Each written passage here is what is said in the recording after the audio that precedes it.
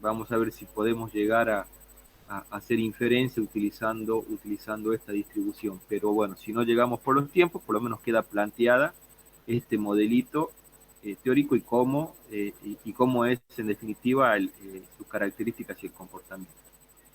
Eh, nosotros partamos de la base que tenemos una cantidad de observaciones definidas como x1, x2, xn, que constituyen una muestra. Y fíjense en acá la particularidad, ¿no? Esta muestra o estos datos provienen ¿de dónde? De una población distribuida normalmente. O sea, partimos de esa base, ¿no? Partimos de esa base. Por eso es que esta distribución chi cuadrada está íntimamente relacionada con la anterior.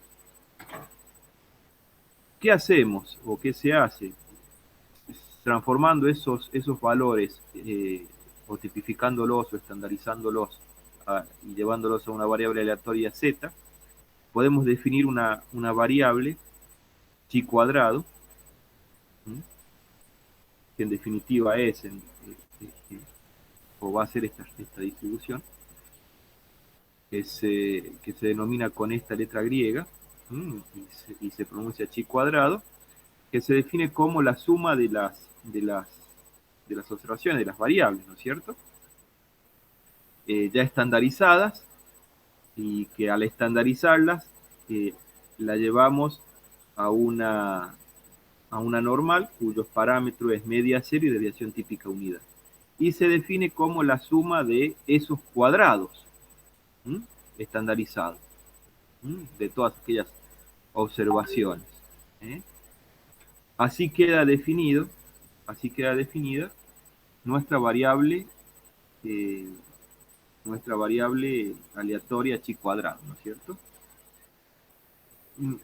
Tiene una forma funcional esta distribución, que ahora la vamos a ver. Si bien acá no está la expresión algebraica de esa forma funcional, de esta distribución, pero tiene una forma algebraica, responde a una forma algebraica. Y al igual que la curva anterior, y como toda distribución de probabilidades, ¿no es cierto? Está definida o tiene sus parámetros, ¿sí? En el caso de esta distribución chi cuadrado, la media o la esperanza matemática, que es igual a la media, va a ser igual a los grados de libertad. Después vamos a ver un poquito qué son los grados de libertad.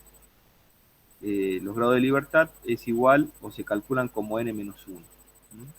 Tamaño muestral menos 1.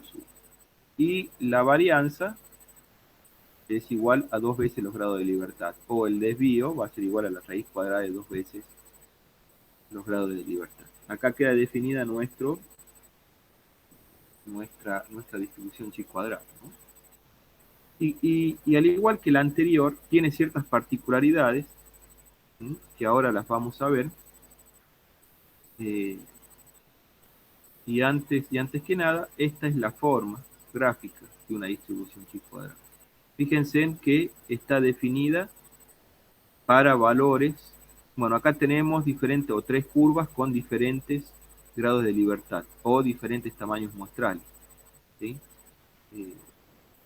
Pero fíjense en que todas ellas están definidas, ¿sí?, en el cuadrante positivo de un sistema de ejes, ¿sí? Si tomamos un sistema ordenadas y abscisas, está definida para valores positivos, de valores de abscisa, ¿eh? No hay valores negativos. Y bueno, y las particularidades que tiene, bueno, como les acabo de decir, bueno, la curva tiene un rango que va desde 0 hasta infinito, es decir, está definida para valores positivos. Desde 0 hacia la derecha. Ya que es, bueno, justamente por cómo quedó definida la variable, ¿no? Que dicen que es una suma de cuadrados, ¿sí? Por lo tanto, cuando yo tengo z negativos, al elevarlos al cuadrado, quedan todos positivos.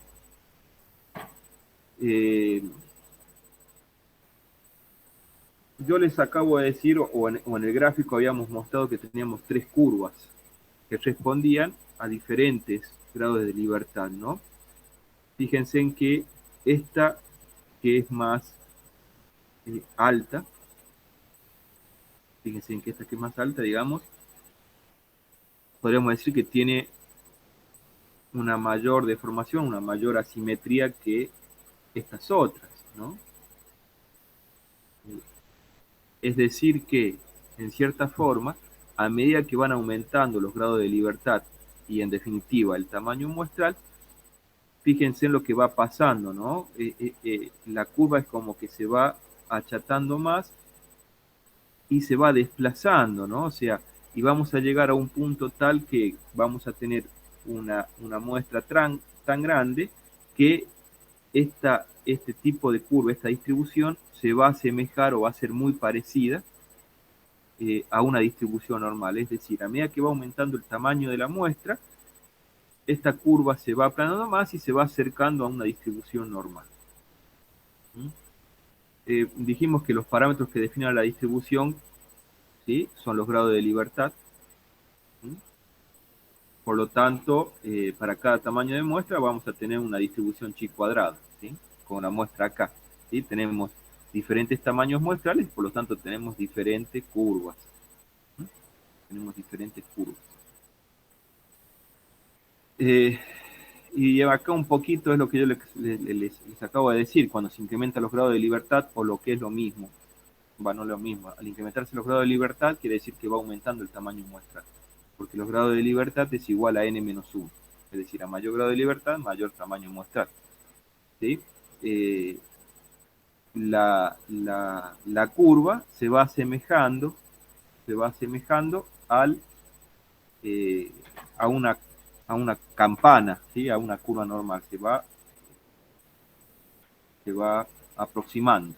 ¿Sí? Se va aproximando.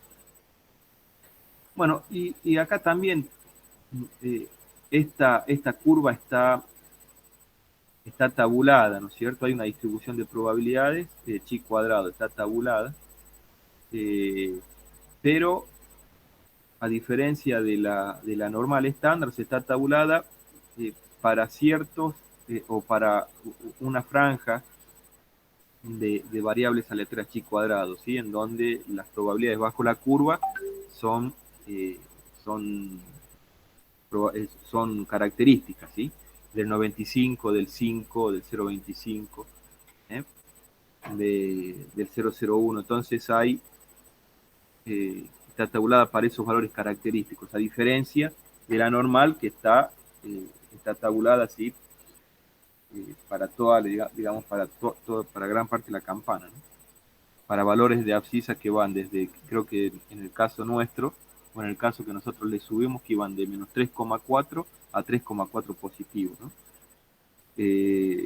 Con décima y centésima, ¿no?, después del valor entero. Pero bueno, utilicemos acá un poquito, veamos un poquito rápidamente cómo sería si yo utilizo el InfoStat, ¿sí?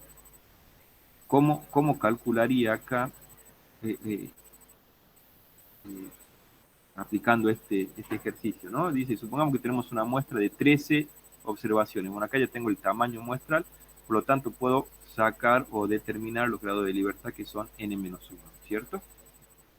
Fíjense en que acá ya nos está diciendo que esta muestra o estas observaciones provienen de una población que está distribuida normalmente, ¿sí?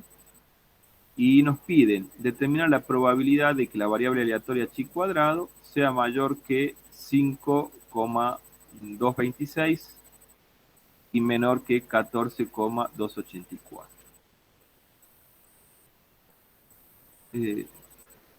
Vendría a ser esta curva, ¿no? Acá tengo la variable chi cuadrado, 5,226, mayor a ella y menor a 14,845, es decir, esta superficie bajo la curva. ¿Mm? Que es del 70%. Entonces vamos a verla en el InfoStat.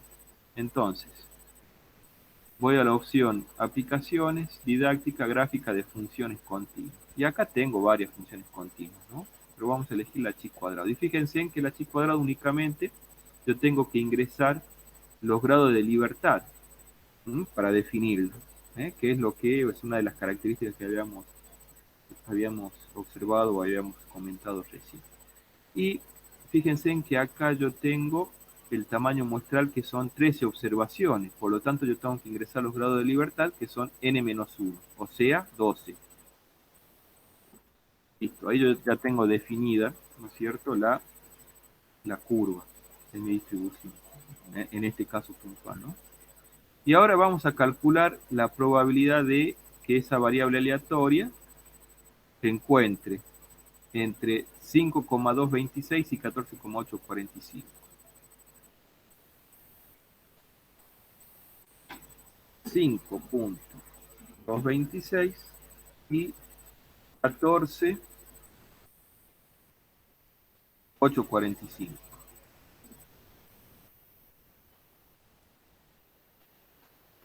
Y acá tengo la probabilidad asociada a ese evento, ¿no es cierto? Y la superficie bajo la curva que me representa esa probabilidad, ¿no? En este caso, en una chi cuadrado con 12 grados de libertad. ¿Sí? Si de pronto a mí el evento me pide, o yo quiero determinar el evento de que esa variable aleatoria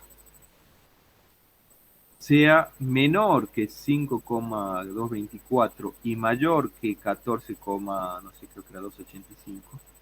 Bueno, yo puedo hacer 1 menos esta probabilidad, o sea, el espacio muestral menos esta probabilidad, o bien determino, o sea, va a ser 1 menos 0,7 va a ser 0,3, ¿no? O bien determino el complemento, ¿sí? Y fíjense en que ahí ya tendría el complemento de este evento que acabamos de calcular, ¿no? Cuya superficie bajo la curva serían los extremos de esta curva, ¿sí? Pero en el enunciado nos piden la probabilidad de que se encuentre entre estos dos valores. Después nos piden la probabilidad de que sea menor que 26,217, ¿no? Menor que 26,217. Después, si lo sacamos por tabla, o sea, este ejercicio está sacado o los valores están determinados de forma tal que yo pueda trabajar con la tabla. Después ustedes lo pueden observar por tabla. Por eso que nos está dando probabilidades, digamos, eh, redondas, por así decirlo, ¿no? De 0,95, 0,25. Porque estos son los valores de la variable para los cuales están tabulados, ¿sí? Después, yo voy a calcular la probabilidad de que la variable sea menor a 26,217. Entonces, voy al gráfico y cuadrado, dijimos que eran 12 menor que 16,227, creo que es. 217. Profe, creo que era 26, no 16. Ah, 26. Sí, creo que era 26. Ah, 26, sí, 26, tenés razón.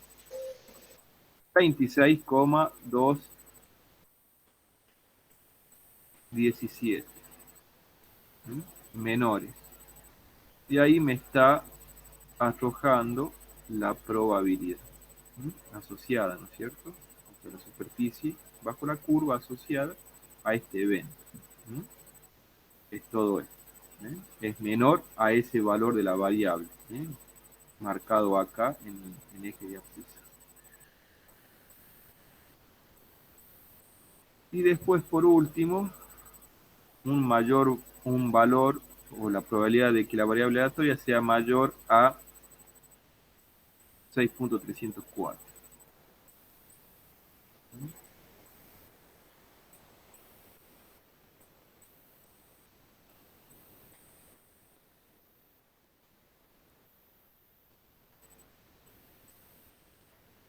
6,304.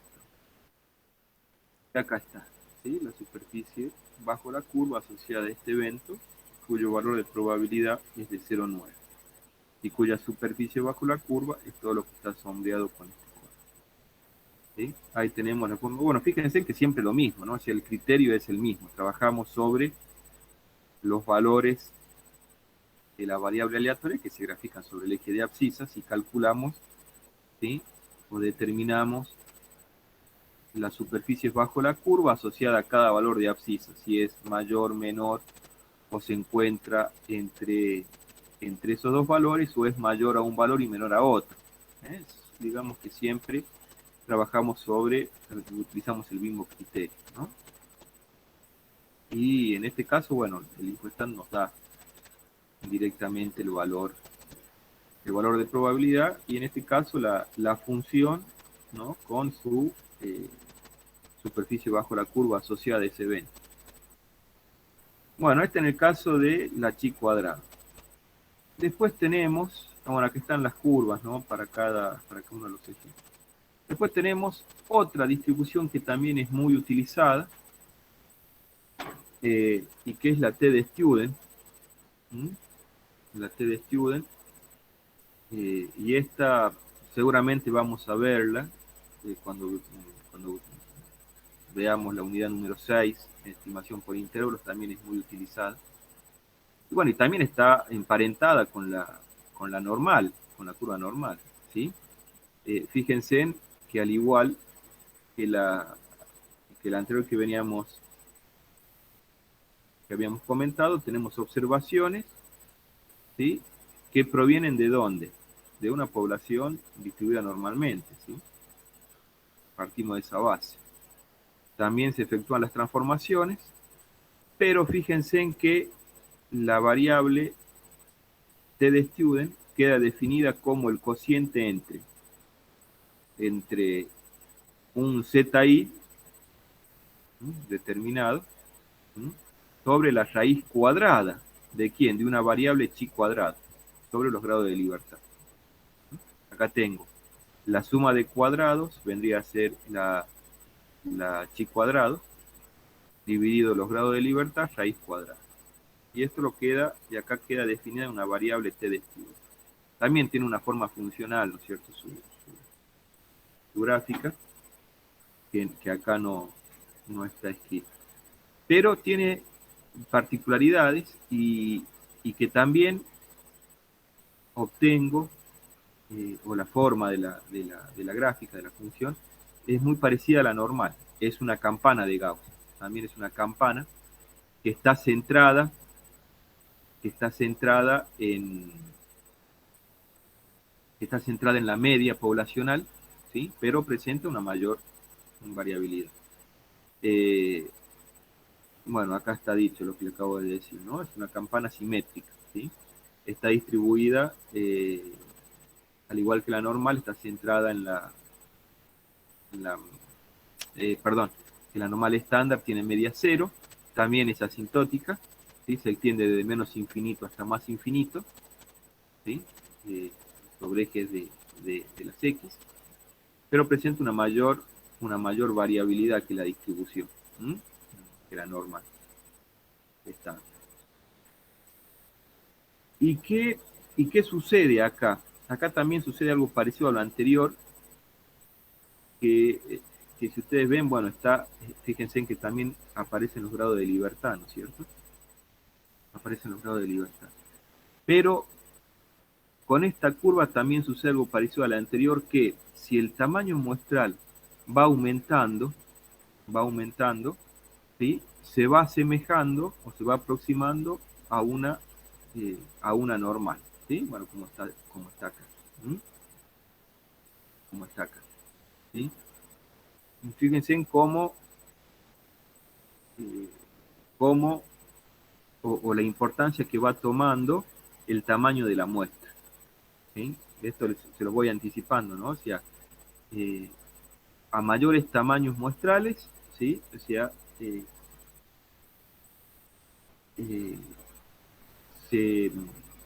es mucho más importante o obtenemos, y después vamos a ver por qué razón, ¿no? Bueno, porque en definitiva, al tener tamaños muestrales más grandes, eso se traduce en qué? En mayor información de la población. Es decir, si nosotros eh, queremos conocer mucho más la población de estudio, ¿cómo la vamos a conocer desde este punto estadístico? Trabajando con tamaños muestrales más grandes, es decir, recabando mayor información. Entonces, fíjense en cómo los tamaños muestrales van cobrando importancia, ¿no? Ahora. ¿Y cómo trabajamos? ¿Cómo trabajamos? Bueno, también esta distribución está tabulada, ¿no? También está tabulada. Eh, y la particularidad que tiene esta tabla también es como la anterior, ¿no? Que está tabulada para valores característicos de, de la variable aleatoria t, para que me dé, en función a los tamaños muestrales, superficies bajo la curva característicos de 0,95, 0,90, 0,995, ¿sí? Y para abajo también, del 0,05, 0,05, 0,025, 0,1. Entonces, trabajan con esos valores puntuales de probabilidad. Y, y acá también el cálculo de las probabilidades es exactamente lo mismo, ¿sí? Trabajamos aprovechando el InfoStat, y trabajamos acá con la T de Stewart. Y fíjense en que yo ingreso únicamente los grados de libertad para definir la T de Stewart.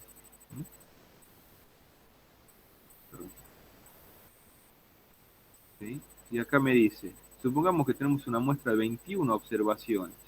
Por lo tanto, los grados de libertad van a ser de 20.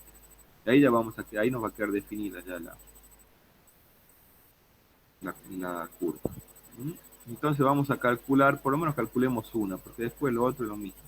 Calculamos la probabilidad de que la variable aleatoria T de Stewart sea mayor que 2,086.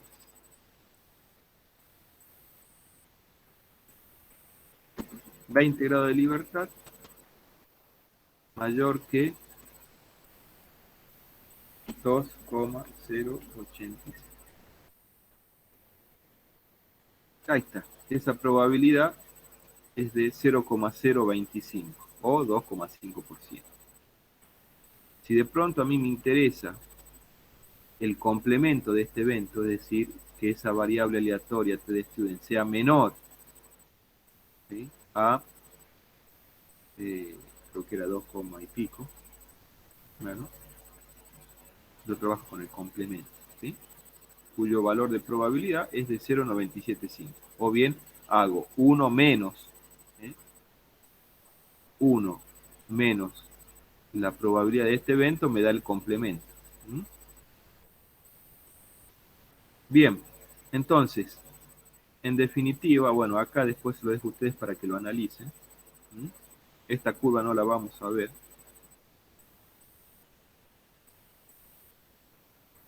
Están estos dos ejercicios, tanto para y cuadrado como para T de Stewart, están planteados.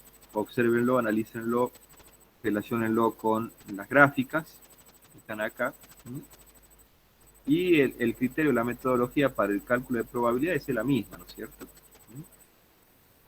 Siempre la superficie total bajo la curva, independientemente de qué modelo sea, es la unidad, ¿sí? La superficie bajo la curva de la T de Stewart es la unidad, me representa el espacio muestral. La superficie bajo la curva en el modelo chi cuadrado me representa la unidad, es el espacio muestral. Al igual que en la normal, la superficie bajo la curva de la normal nos representa la unidad. Bueno, entonces ya con estos tres modelitos cerramos esta unidad. Y vamos a trabajar ahora sobre la unidad número 5, que son distribuciones muestrales. ¿Sí? Fíjense en cómo vamos relacionando, ¿no? Hasta la unidad número 4 vimos distribuciones de probabilidad, ¿no? Y ahora lo que vamos a ver son también distribuciones, pero de las muestras. Vamos a ver, empezar a trabajar con las muestras, y ver y ver el comportamiento de ellas. Y vamos a ver el comportamiento de ellas. ¿Y por qué nos interesa en definitiva trabajar con la muestra? Y bueno, porque el fin último de la estadística, ¿qué es? Es esto, ¿sí? Es extraer una muestra de la población. ¿Para qué? Para que a través del análisis de esta muestra, ¿sí? Es decir, observándola, analizándola, ¿sí? Poder inferir sobre la población. ¿Para qué? Para evitar estudiar a la población en su conjunto, a la totalidad, porque muchas veces es imposible. Imposible operativamente e imposible desde el punto de vista del costo. Entonces trabajamos con una muestra. Y esa muestra vamos a analizarla de forma tal que yo pueda inferir con un cierto grado de probabilidad, por supuesto, no va a ser 100% preciso las conclusiones que yo pueda sacar sobre esa población. Sí, me va a marcar una tendencia. ¿Sí? Entonces, con un cierto grado de probabilidad, yo voy a poder inferir sobre esta población a partir de los valores de la muestra. ¿Sí? Entonces, dicho esto, y creo que yo se los había comentado en unidades anteriores, tenemos que distinguir, o es importante distinguir esto. Esto. Las características poblacionales de las características muestrales.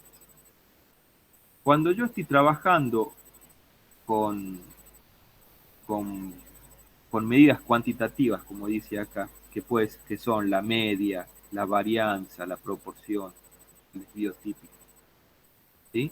A eso los llamo o se denominan parámetros, ¿sí? Se denominan parámetros y que se calculan o que se determinan si es que se conocen, ¿no es cierto? Y si es que la podemos hacer y si es una población pequeña, y que se determinan teniendo en cuenta todos los elementos que integran esa población. Entonces, si la media poblacional, la varianza poblacional, la proporción poblacional son conocidas, quiere decir que yo analicé cada uno de los elementos que integran esa población. Ahora bien, el correspondiente valor muestral se denominan estadísticos y también se calculan de forma parecida, se calculan de la misma forma que, o de forma parecida a los parámetros poblacionales, también va a ser la media, la varianza, la proporción, el desvío típico, pero ¿a partir de qué? A partir de los valores contenidos en esa muestra, ¿sí? No de la totalidad de la población.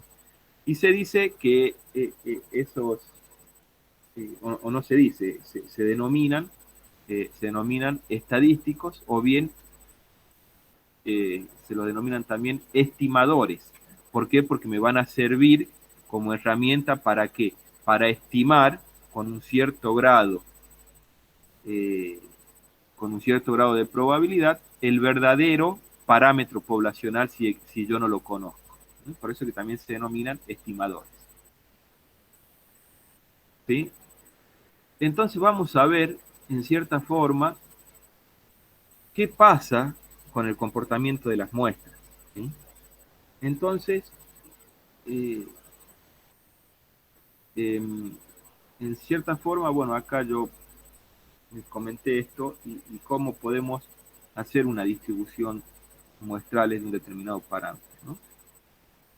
Entonces, la distribución de probabilidades de los posibles valores que puede tomar un estadístico, supongamos la media, porque ahora vamos a ver para la media, para la varianza y para la proporción. Pero vamos a empezar con la media.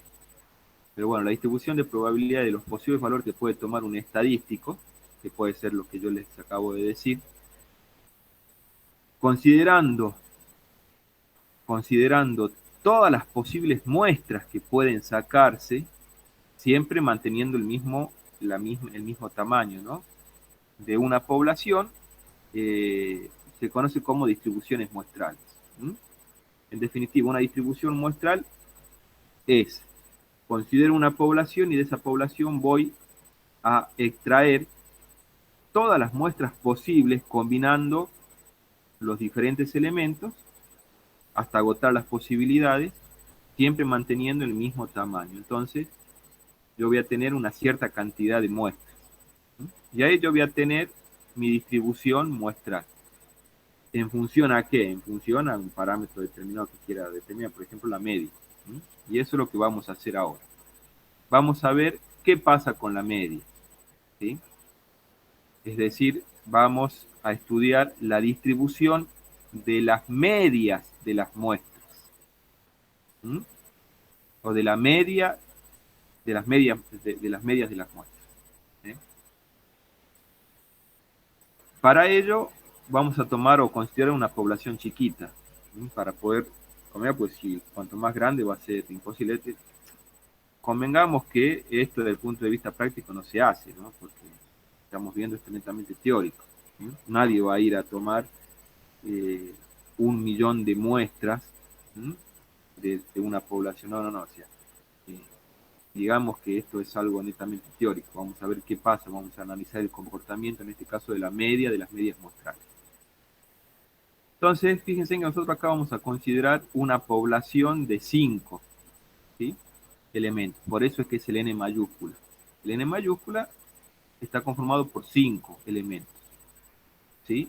6, 8, 10, 12, 14, ¿sí? Que son años de antigüedad. Entonces, fíjense en que yo acá voy a calcular la media de la población, por eso le llamo mu, y fíjense que en la ecuación que hay está el tamaño poblacional, igual a 10 años. Y fíjense en que acá voy a calcular la varianza poblacional, fíjense en quién aparece acá, n mayúscula. Fíjense en que no aparece n-1 si fuese muestra, ¿de acuerdo? Y fíjense en que acá aparece n. Y esto está vinculado a que estamos trabajando con el parámetro poblacional. Y en definitiva está ligado con los grados de libertad que ya lo vamos a ver. ¿Sí? Entonces, si yo esta diferencia de cuadrados la determino en función a la media poblacional, trabajo con n, con el tamaño de la población.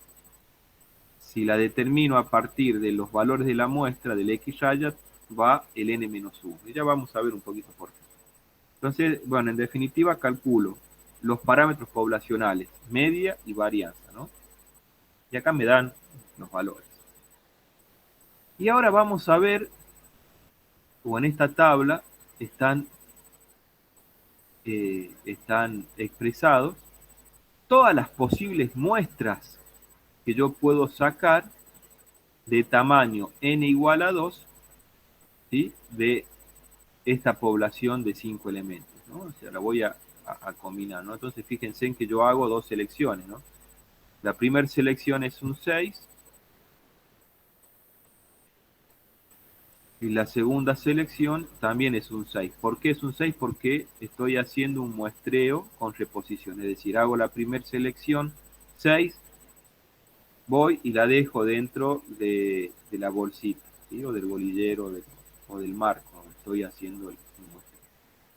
Realizo la segunda selección, sale un 6, listo. Esta es una muestra posible. Bien, repetimos la operación. Primera selección, sale un 8. Regresa este 8 a la bolsa. La segunda selección es un 6. Listo, esta es otra posible muestra que puede darse. Y así sucesivamente realizamos este muestreo hasta agotar todas las posibilidades o hasta combinar todos los elementos de la población con esta muestra de tamaño 2. Entonces, fíjense en que acá tenemos el parcito, ¿no? Correspondiente a la muestra de tamaño 2. Y este valor que está acá abajo de cada par me representa la media. Me representa la media de la muestra. 6 más 6, 12, dividido en 2, de 6. 6 más 8, 14, dividido en 2, de 7. 6 más 10, 16, dividido en 2, de 8. Este es la media muestral. para cada muestra. Entonces, calculada la media muestral, ¿qué es lo que voy a hacer? Y en definitiva lo voy a expresar en una tabla. Entonces, fíjense, acá tengo los valores muestrales de cada muestra. 6, 7, 8, 9, 10, bla, bla, bla. Y acá tengo la frecuencia absoluta. ¿Cuántas veces se repite los diferentes valores muestrales?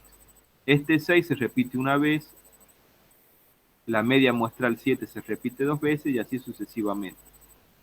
Y acá fíjense en lo que yo calculé. ¿Qué es esto? HI. HI, ¿qué es? HI es la frecuencia relativa, ¿sí? La frecuencia relativa, que en definitiva, la frecuencia relativa, ¿qué es? Y es la probabilidad frecuencial. Entonces, la probabilidad de obtener una muestra cuya media sea de 6 es de 1/25, ¿sí? La probabilidad de obtener una muestra cuya media sea de 10 es de 1 quinto. Bueno, y así sucesivamente, ¿sí? Entonces, fíjense en que yo acá, en definitiva, ¿qué es lo que hice? ¿O qué es lo que representé en forma tabular? Y una distribución de probabilidades, ¿de quién? De las medias muestrales. De las medias muestrales. Es decir, acá tengo todo el espacio muestral. ¿Por qué? Porque consideré todas las posibles muestras de esa población. Tengo todo el espacio muestral. Entonces, fíjense en qué pasa con el espacio muestral. Si yo trabajo ahora, o considerando esta distribución, ¿no es cierto? Esta distribución de media. Y yo calculo la media de esta distribución, fíjense en a qué me da igual. ¿Sí? Me da igual a 10 años. Igual o el mismo valor que yo obtuve calculando que la media de la población. La media de la población. Entonces, fíjense que ahí yo ya estoy viendo el comportamiento, ¿no? Entonces, fíjense acá. Entonces, acabamos de demostrar que la media de la distribución, ¿sí? De esta distribución, que son las medias de las muestras, es decir, la media de las medias muestrales, de los X rayas, de todos los X rayas posibles, ¿no? Porque tengo todo el espacio muestral, está centrada en ¿dónde? En la media poblacional. ¿Sí? ¿Me siguen hasta acá? Entonces, en definitiva o en conclusión, ¿qué dice? O sea, ¿a qué conclusión llegamos? Que si de pronto nosotros extraemos de forma sucesiva muchas muestras, o de forma repetitiva muchas muestras, siempre manteniendo las mismas condiciones de tamaño y la forma en que yo las extraigo, ¿no? Que sea representativo. Por eso que dice muestras independientes. El promedio de esas muestras va a ser cada vez más próximo a la media poblacional. Esa es un poquito la conclusión que yo voy sacando de esto, ¿no? Ahora veamos qué pasa con la varianza. Veamos qué pasa con la varianza. Fíjense que yo voy a calcular la varianza de esta distribución que me representa la totalidad del espacio muestral, por eso es que acá en el denominador va n y no n-1, considero la totalidad de las muestras que son 25, pero fíjense en que me da 4. Cuando yo calculé la poblacional me daba 8. Me da 4. ¿Sí? La varianza ¿de quién? De las medias muestrales. Pero fíjense en qué pasa si yo a la varianza poblacional, que la calculé al principio, cuyo valor era 8, la divido por el tamaño muestral. Fíjense en a qué me da igual. Me da igual a 4. Es decir, coincide con el valor calculado de la varianza de las medias muestrales. En conclusión, lo que me está queriendo decir esto, bueno, y que después acá esto se representa, es decir, yo le saco o hago raíz cuadrada en ambos miembros, lo que voy a trabajar va a ser con los desvíos típicos. Y este cociente entre la varianza, el desvío típico poblacional y la raíz cuadrada de n se denomina error estándar. ¿Mm?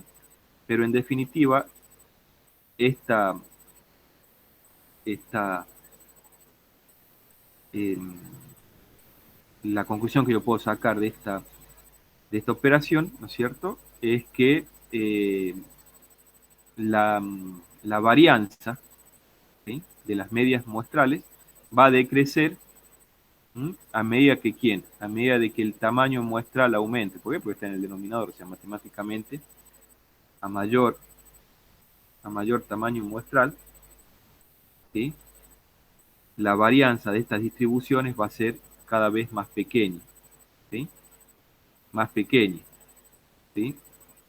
Por lo tanto, eh, va a estar, nos va a indicar que la media va a estar más concentrada, ¿sí?, alrededor de la poblacional, o sea, la media de las medias muestrales va a estar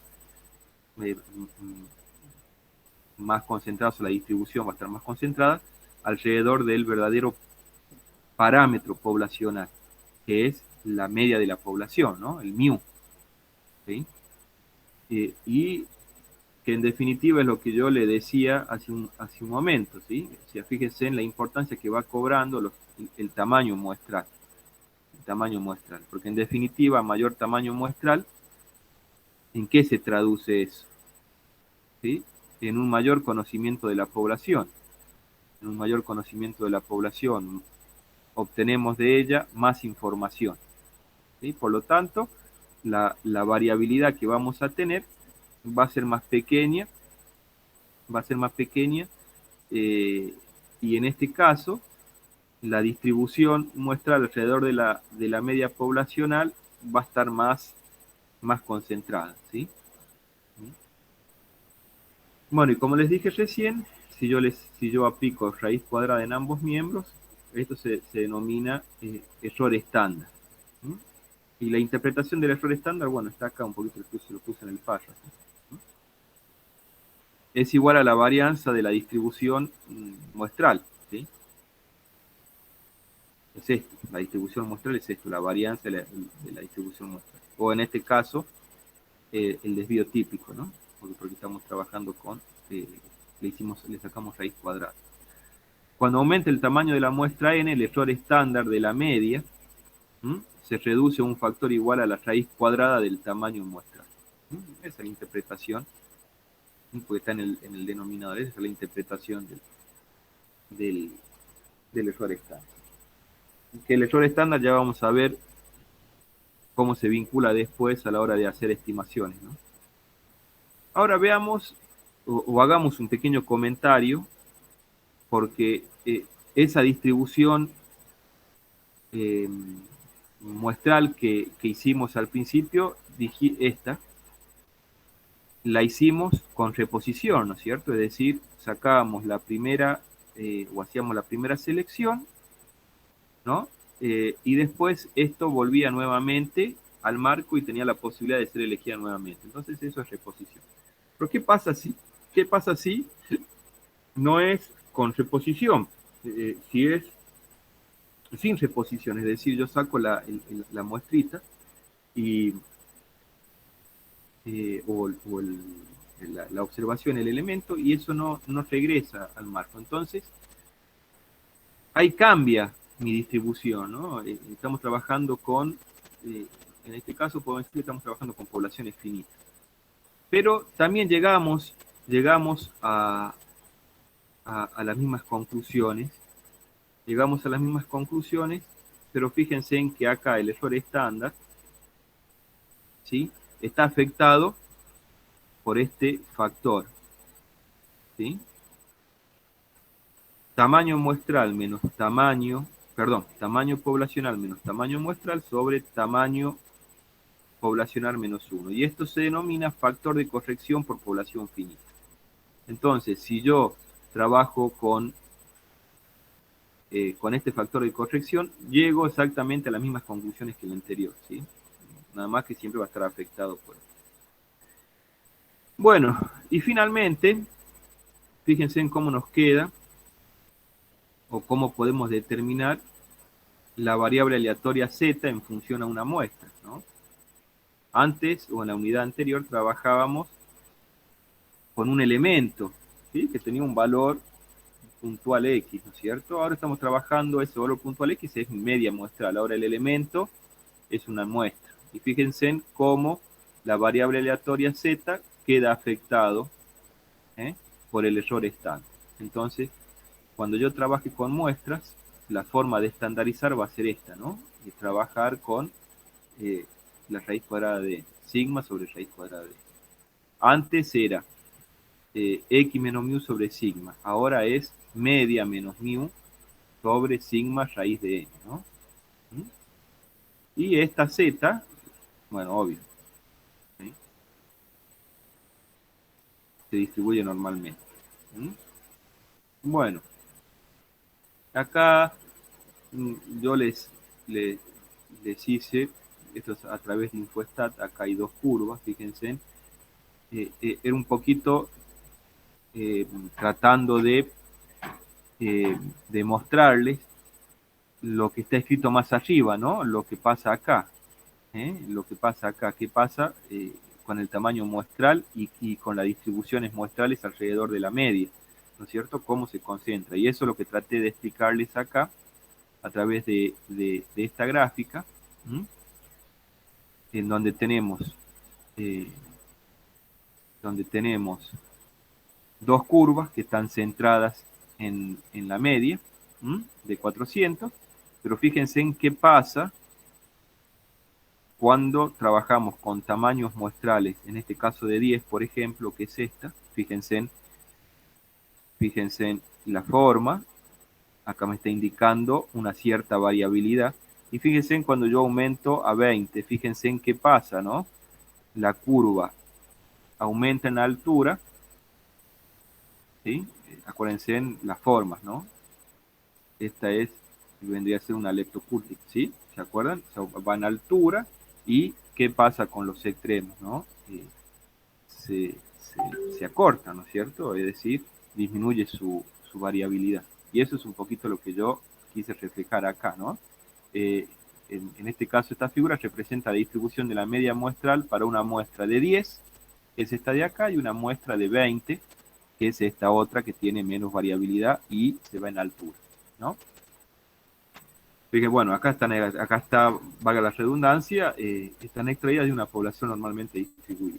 Y se puede observar que las dos distribuciones están centradas, ¿no es cierto?, en el mismo valor, en el mu, ¿sí? Pero cuando el tamaño de la muestra aumenta, la distribución se concentra más alrededor de la media. Entonces, esta curva más alta, los valores, ¿sí?, están más concentrados alrededor de ¿quién? De la media poblacional. Y en definitiva, eso es lo que a mí me interesa, ¿no? ¿Sí? Eso es lo que a mí me interesa. Entonces, fíjense en la importancia que va tomando o cómo ahora estamos viendo la importancia que cobra la muestra, ¿no? El tamaño. Bueno, ¿se entendió hasta acá? ¿Me entendieron? ¿Se entendió la distribución de la media muestrales? Bueno, acá hay un ejercicio. Esto se lo dejo para que ustedes lo analicen. Fíjense en que acá estamos tipificando. Pero fíjense en que estamos trabajando ya con una muestra,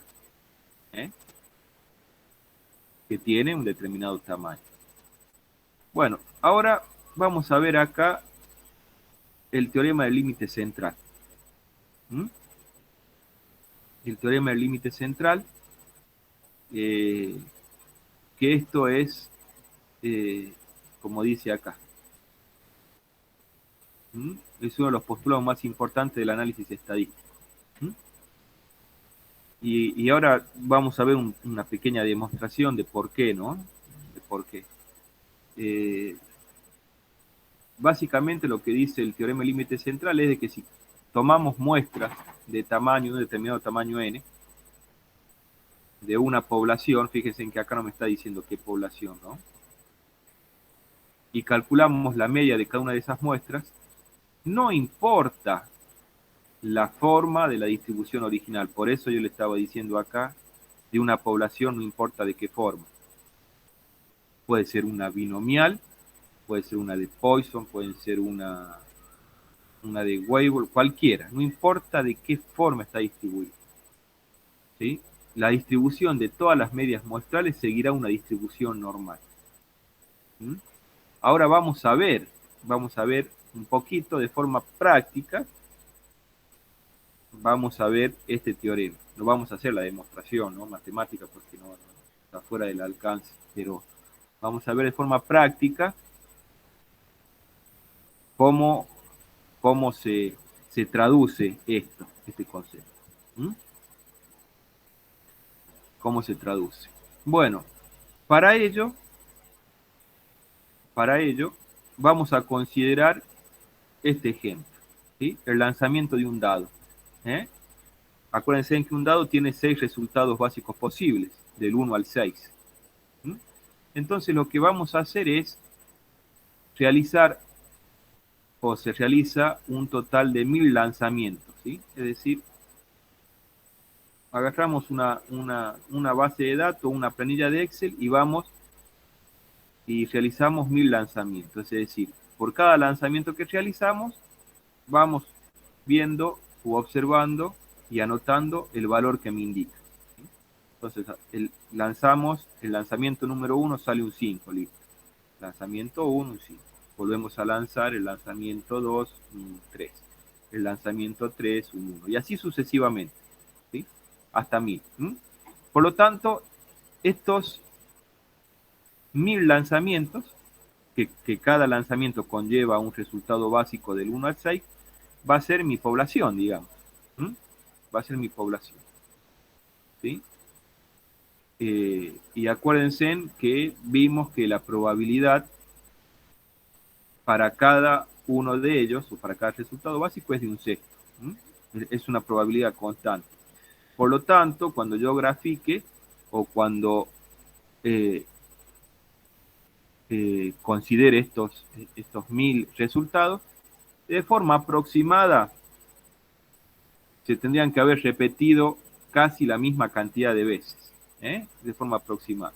Cuanto más veces, si en vez de 1000 considero 10.000, y sí, ahí siempre va a tender a igualarse la cantidad de veces que ha salido cada uno. Por tanto, nos va a dar una, si lo llevamos a una función continua, nos va a dar una distribución uniforme, ¿sí? Siempre la misma probabilidad de ocurrencia.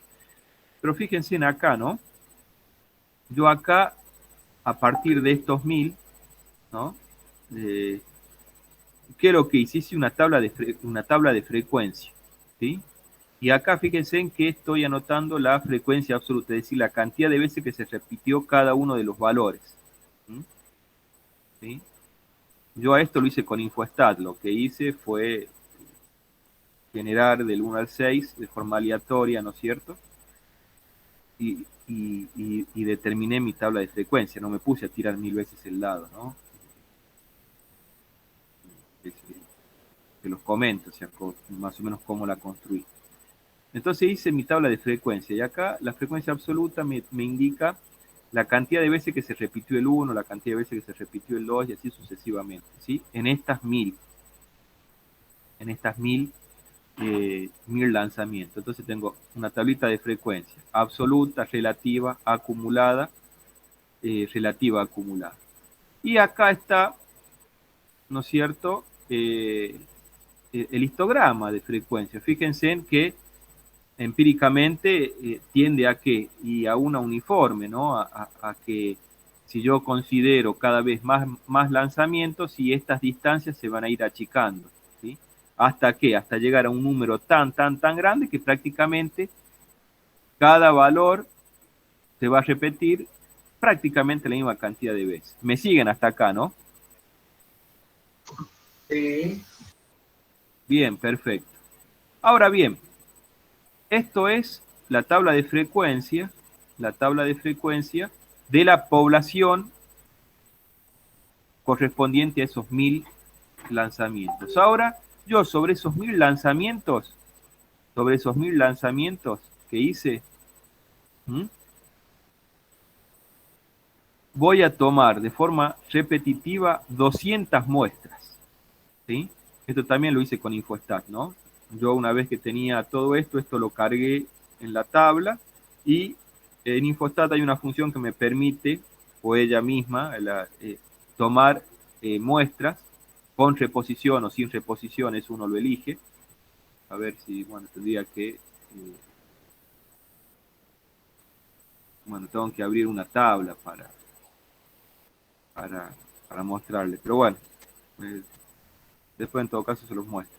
Hay una función en donde el programa me permite, a partir de una base de datos que contiene una cierta cantidad de números, en este caso los 1000 lanzamientos, los números correspondientes a los 1000 lanzamientos, me permite tomar muestras de reposición y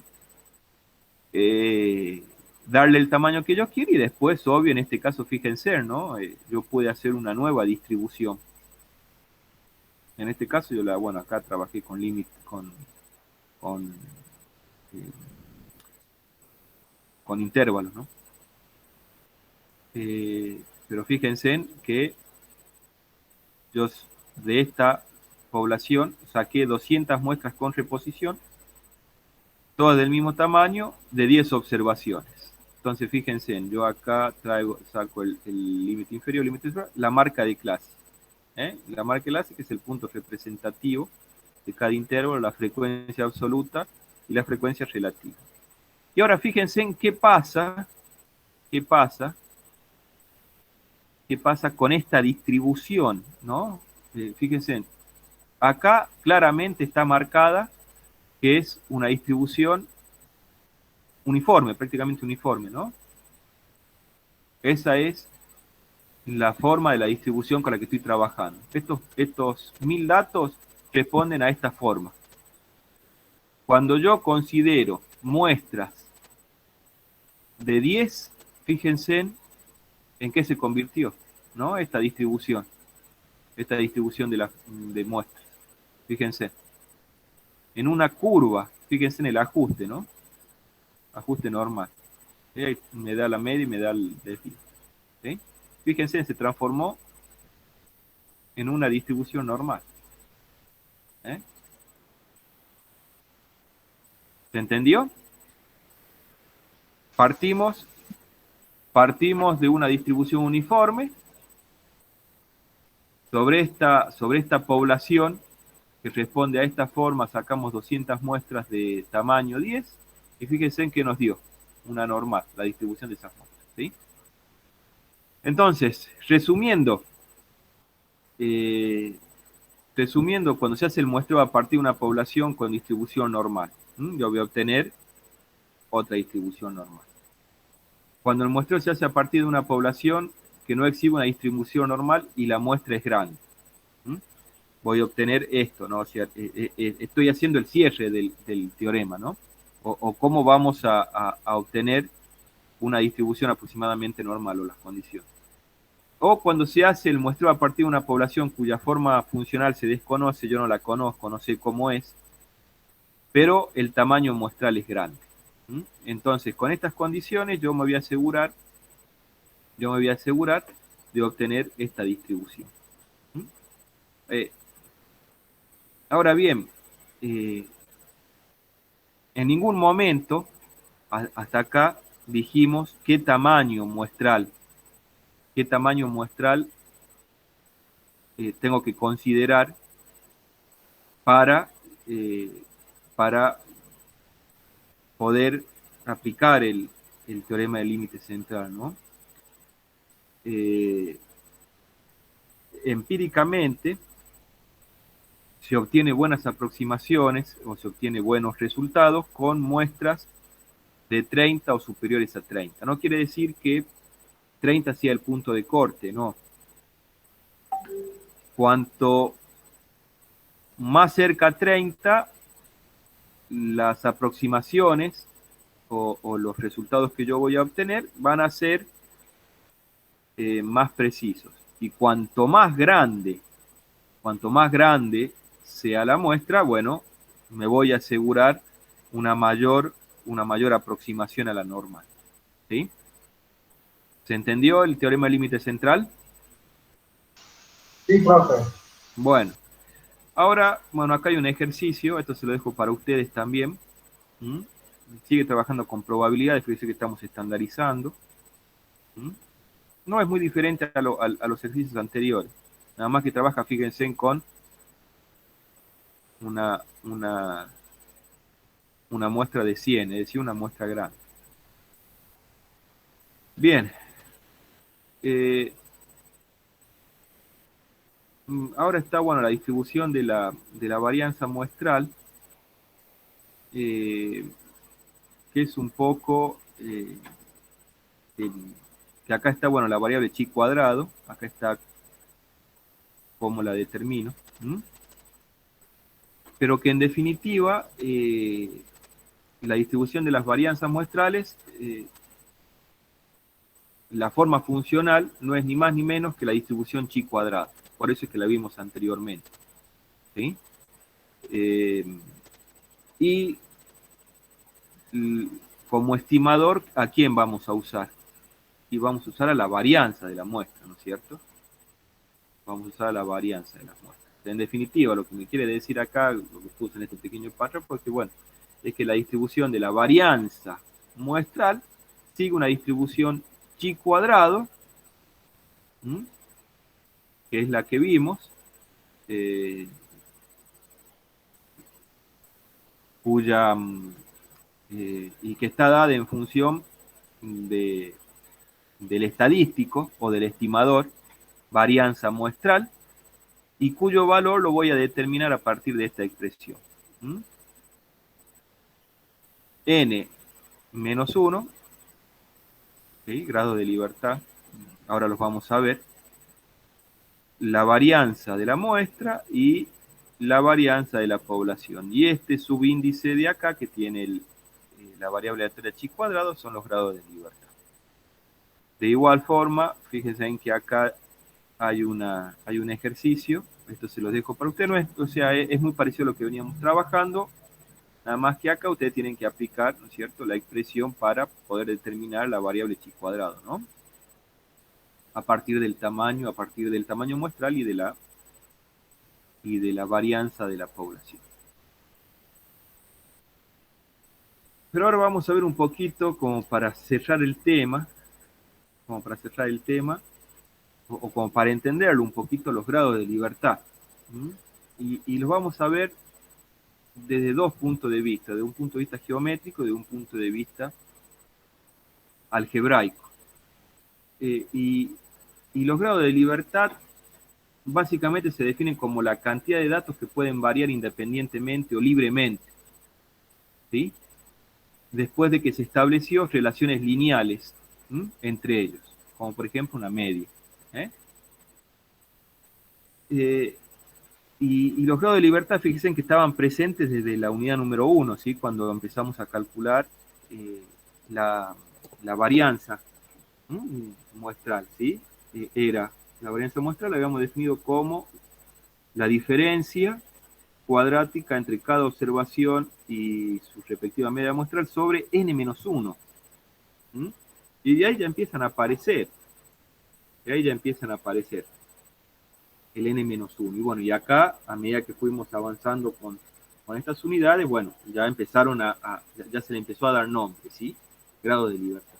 Bueno, y vamos a ver qué son los grados de libertad. Y bueno, lo vamos a ver desde dos puntos de vista. Un punto de vista geométrico, en donde los grados de libertad se describen, lo podemos describir o representar mediante espacios o hiperespacios cuando son muchas dimensiones, ¿sí? En donde se puede mover libremente. Entonces, comenzamos por el más básico. Imaginemos un punto fijo.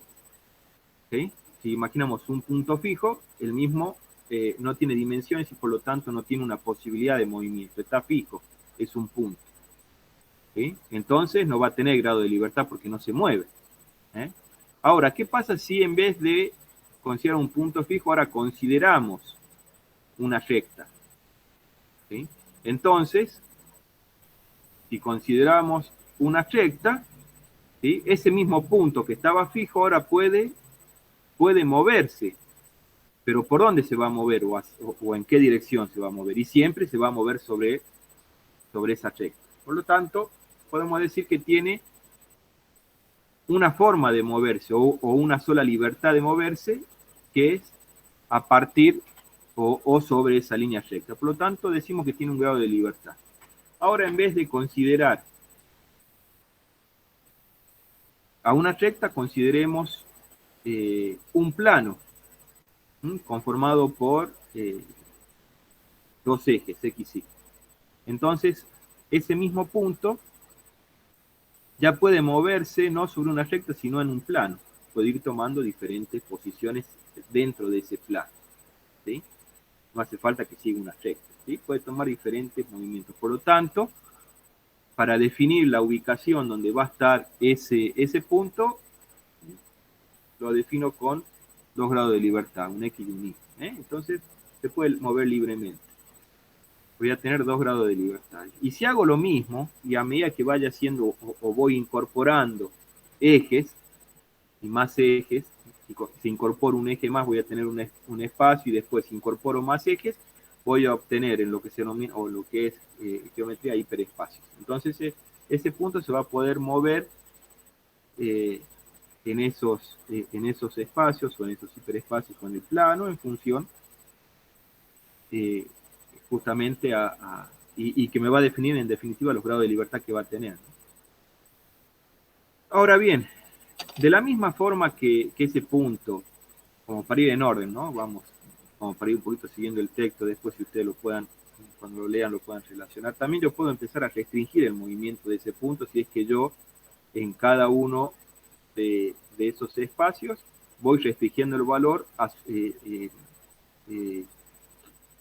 considerando un determinado valor en uno de los ejes. Por ejemplo, si el punto se movía en el plano, yo puedo decir que, o fijar de antemano el valor de abscisas para 2. Por lo tanto, si ese valor ya queda restringido, mejor dicho, al considerar ese valor, el punto queda restringido a moverse únicamente por el valor de abscisa 2. Por lo tanto, se mueve sobre una recta. Y ahí restringí un grado de libertad.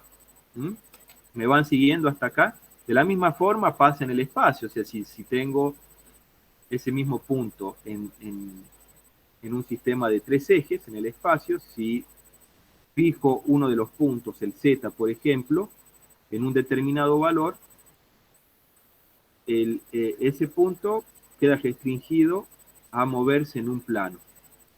O sea que va a poder tomar 2 valores posibles, o 2 valores de forma independiente, que va a ser el X y el Y, porque el Z ya fue fijo.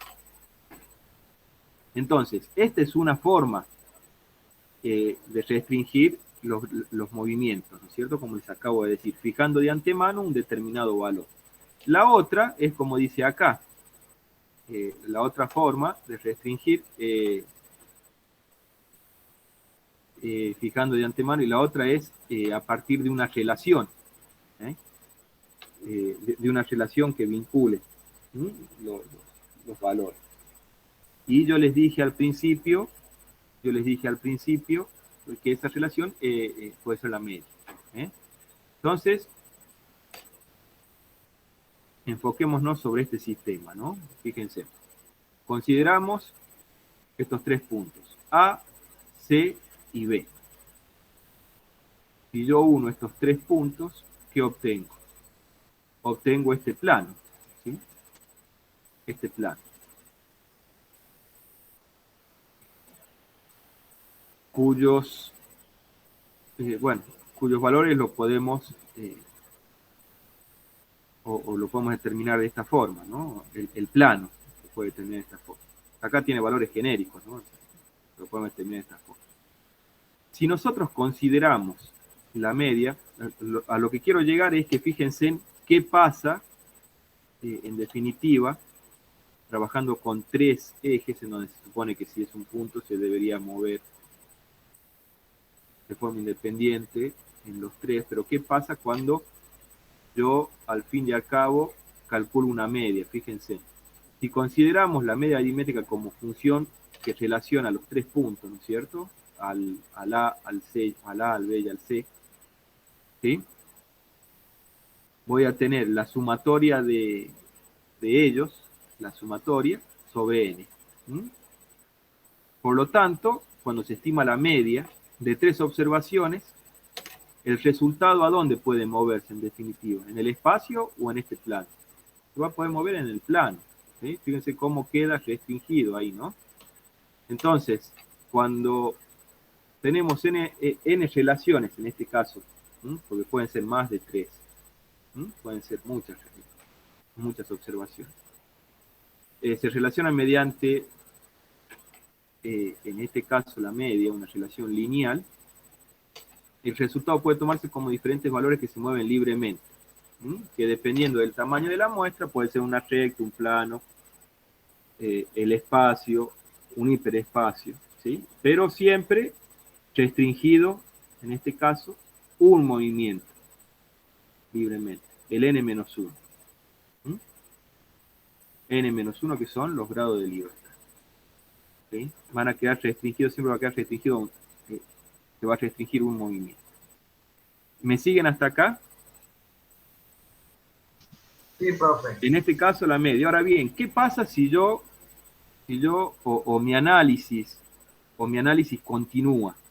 ¿Sí? Mi análisis continúa. A partir de esta media, después mi análisis lo voy profundizando o lo voy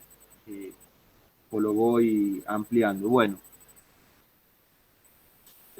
va a pasar esto. Si se necesita seguir explicando las observaciones o yo tengo que hacer un análisis más profundo, se van a seguir restringiendo los movimientos. Es decir, a medida que vaya haciendo mayores estimaciones, se van a ir restringiendo más los grados de libertad. Y eso lo podíamos ver en otra curva que no la vimos. A ver, denme 2 minutitos. Y que es acá. ¿Mm? Acá. En esta, fíjate acá, bueno, acá se restringen, acá trabajamos con otros grados de libertad, ¿no? ¿Mm? Que esta, bueno, no la vimos, pero no, olvídense. No, porque si no lo vamos a tener que ver. Ahora, en definitiva, lo que sucede es eso. A medida que vamos avanzando o profundizando en el análisis, los grados de libertad o la forma en que puede moverse libremente se va restringiendo. Y es lo que sucede acá, fíjense. Pasamos de un plano, ¿sí?, a una recta. En donde se había restringido un grado de libertad, se va a restringir 2 grados de libertad. Y así sucesivamente. Eso es desde el punto de vista geométrico, pero también lo podemos ver desde este punto de vista algebraico. En donde tenemos una relación, por ejemplo, acá en donde podemos tener la variable x y donde ambas pueden tomar infinitos valores, pero si en definitiva yo a x y a y las vinculo a través de una ecuación, ¿sí?, x más y igual a 12, entonces ahí ya estoy restringiendo la posibilidad de que uno de ellos tome un valor libre. ¿Por qué? Porque si, fíjense, si yo despejo y voy a tener menos x más 12. Entonces, x puede tomar libremente cualquier valor, pero y no. Entonces, fíjense en cómo ahí ya restringe la posibilidad de que y tome también un valor independiente. Entonces, acá tiene, digamos, un solo grado de libertad. Pero veamos qué pasa si ahora considero dos ecuaciones. X más igual a 12 y x menos y igual a 3. Y acá ya ambas variables x e y están restringidas. ¿Por qué? Porque este sistema de ecuación tiene una sola solución, que es el punto de intersección de ambas rectas. ¿Sí? Entonces acá no tiene, ninguno de estas dos tiene posibilidad de tomar valores libremente. ¿Sí? Es decir, ya están, en este caso ya fueron restringidas a un único valor ambas variables en este sistema de ecuaciones. Por lo tanto, tiene 2 menos 2 grados de libertad. Bueno, y como se explicó en párrafos anteriores, al calcular la media muestral, esto como para ir cerrando, ¿no? Automáticamente los grados de libertad quedan restringidos a n-1. Es lo que vimos anteriormente, ¿no es cierto? Que quedaba restringido, que tomábamos el espacio y quedaba restringido únicamente al plano. Y los cálculos que impliquen el uso de la media muestral deben ser trabajados en una dimensión menos a la original, como se calculó en el caso de la varianza. ¿Sí? Por eso es que la varianza lleva n-1. ¿Por qué? Porque estoy utilizando para su cálculo la media muestral. Al utilizar la media muestral en el cálculo de la varianza, en el denominador, ¿sí? O sea, queda restringido a n-1. Pero no así acá, es porque yo estoy trabajando con estadísticos. Pero cuando yo trabajo cuando yo trabajo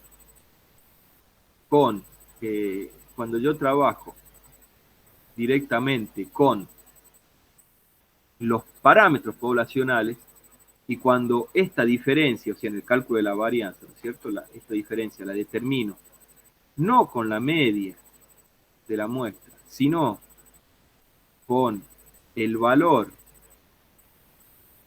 de mu, ¿sí? El valor de mu, ¿sí? Que es mi parámetro, es decir, yo estoy conociendo mi parámetro poblacional. ¿Sí? Lo estoy conociendo. Que al fin y al cabo es lo que me interesa, ¿sí? Conocer mi verdadero valor poblacional. ¿Sí? La última observación, linealmente sigue siendo independiente a las otras observaciones anteriores. Por lo tanto, por eso que cuando yo utilizo el cálculo, y creo que pasó cuando vimos la distribución de las medias muestrales, la varianza muestral iba sobre el n. ¿Por qué? Porque estoy trabajando con la media poblacional. ¿Sí? La media poblacional. En definitiva, esta es la unidad número 4. Esta la voy a cerrar.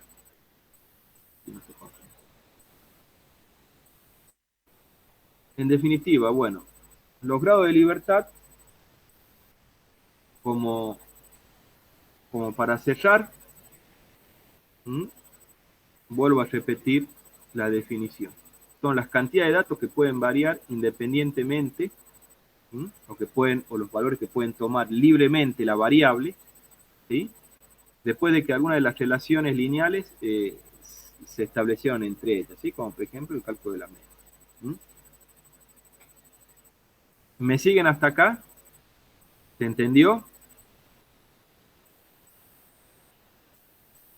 Sí, profe. Bueno, el teorema del límite central, ¿se entendió?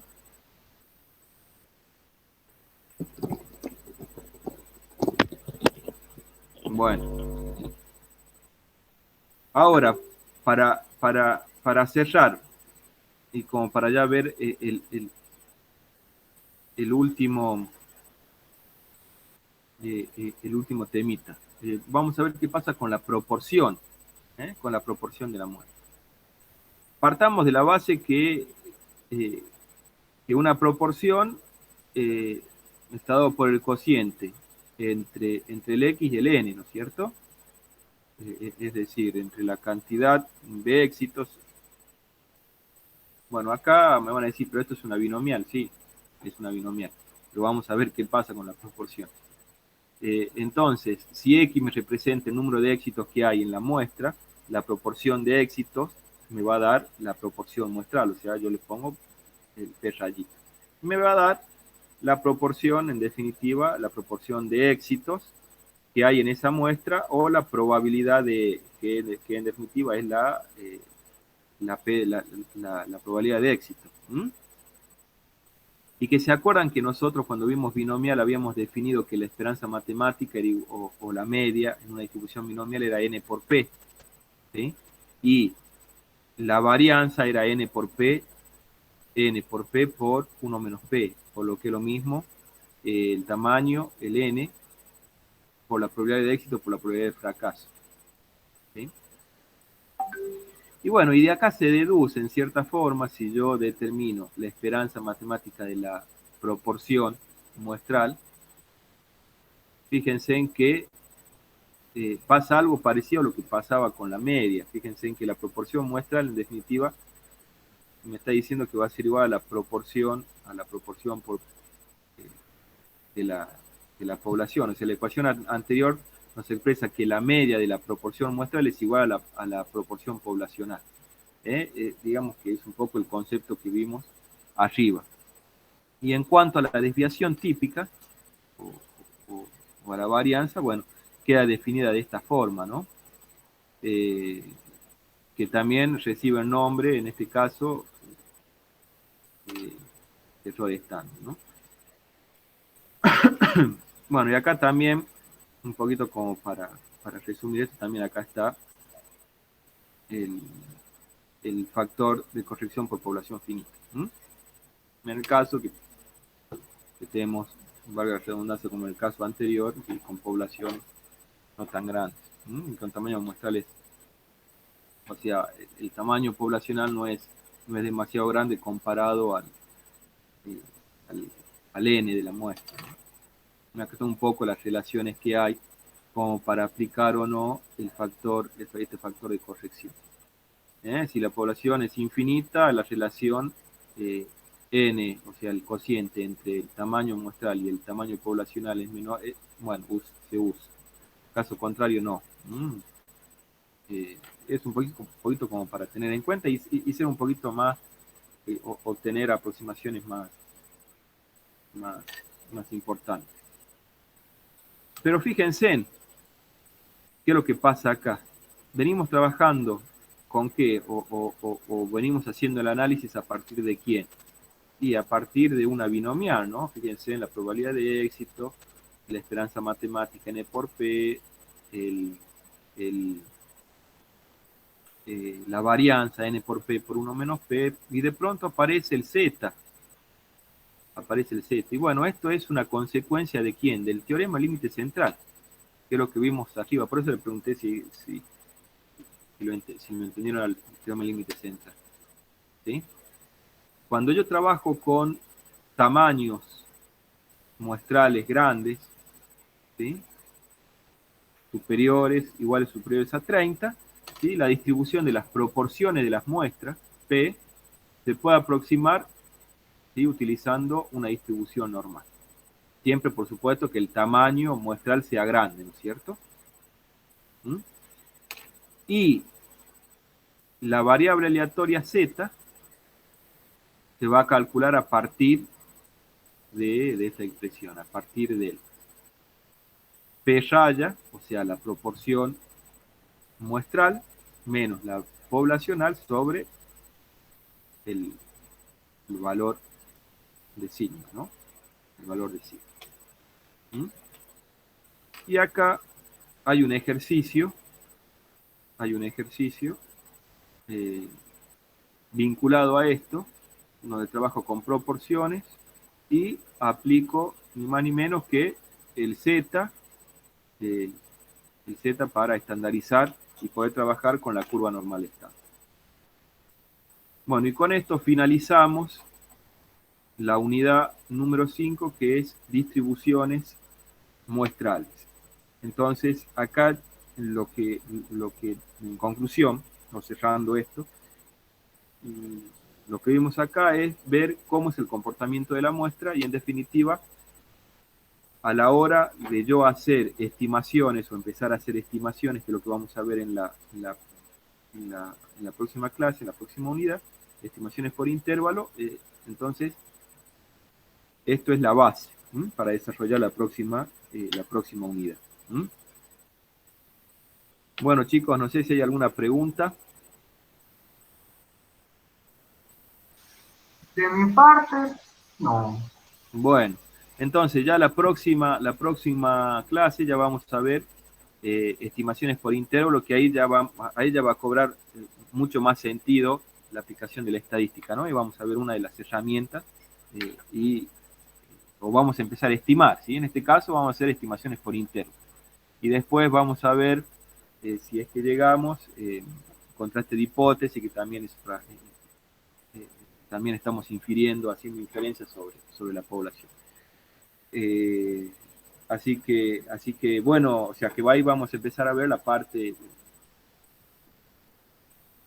la aplicación, ¿no es cierto?, de algunas herramientas estadísticas, de algunas técnicas estadísticas, a casos ya más concretos y reales. Así que bueno, chicos, nos vemos la próxima clase, ¿sí? Nos vemos el próximo viernes. Nos vemos, profe, que tenga un lindo fin de semana.